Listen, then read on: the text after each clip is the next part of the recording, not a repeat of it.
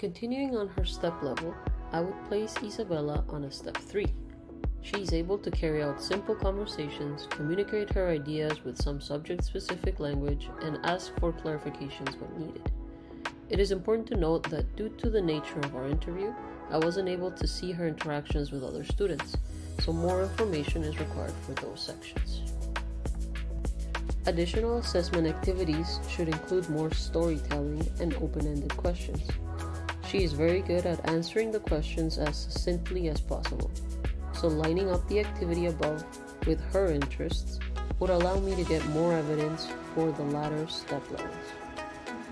In the next section, I will discuss how we can support the learner with specific strategies and activities.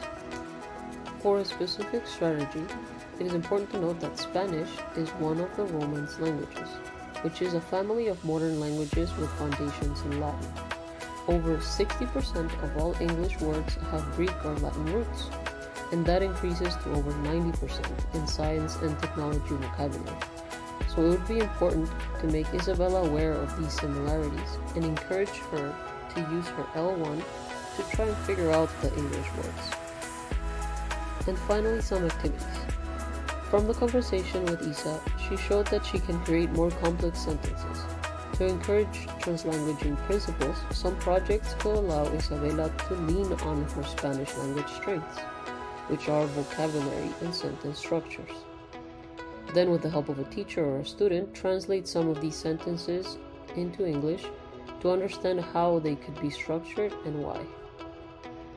On the social side, I would have more think, pair, share activities in class to stimulate her interaction with students in a more one-on-one manner, as well as strategically pairing her with another Spanish-speaking student, if available.